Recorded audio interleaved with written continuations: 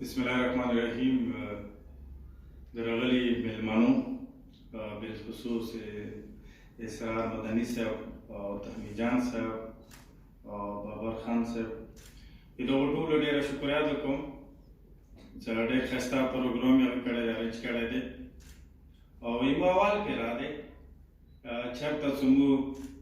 دومره خلک چې مختلف د علاقو والا مختلف مذهب فکر والا خلک راټول شوي او دغه نه څه د کوم پیغام وړون زه دا یم چې زموږ علاقې کې چې څومره هم جنګونه کېږي موږ همیشه لپاره دغه حل دپاره بارود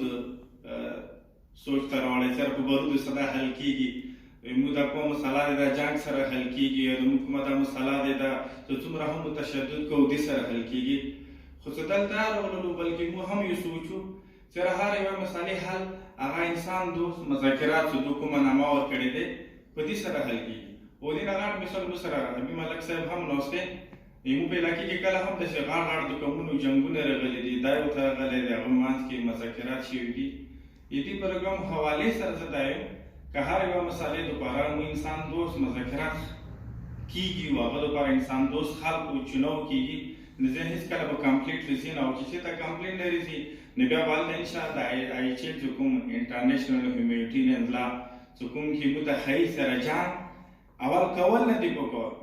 جنګ کول هم یو غیر قانوني کار دی، خو که بیا هم جنګ کېږي هغه کې بیا هم څه اصول پکار دي د دواړو طرفه سره جنګ کې څه کول پکار دی، کومه اسلحه استعمالول پکار دی. موږ ته اسلام هم ښیي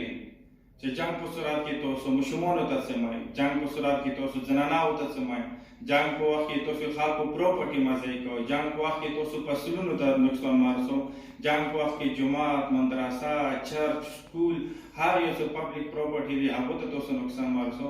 دلته هم دغه شی واورېدل، خو د IHL حوالې سره یا د IRCRA چې دا کوم اسلامي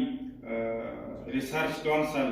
یا ریلیجنس افیرز ورته وایي، اول ځل چې موږ دې لاندې راغللو دلته مو دا واورېدل، زه د ملګرو ته هم دا یم تحمید جان صاحب تاسو حوصلې لپاره هم یعنې او بل دا چې زه کوم محسوسوم هغه هم یعنې تاسو پروګرام باید چې د اسلام آباد پورې محدود نه نن مو راوستلو. موږ به کوشش کوو چې تاسو پیغام په خپل علاقې کې د جرګې په صورت کې یا علما لوستي د جومات د منبر په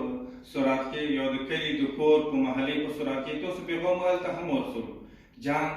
سره سره که موږ مذاکراتو ته درځو نو د موږ مسالې به حل کېږي. او دې نه علاوه صفرالله خان صاحب زموږ دلته موږ ته کوم سپیچ راکړلو، هغه موږ ته کومې خبرې وکړې چې بلایا صاحب ډاکټر رفیق شینواري صاحب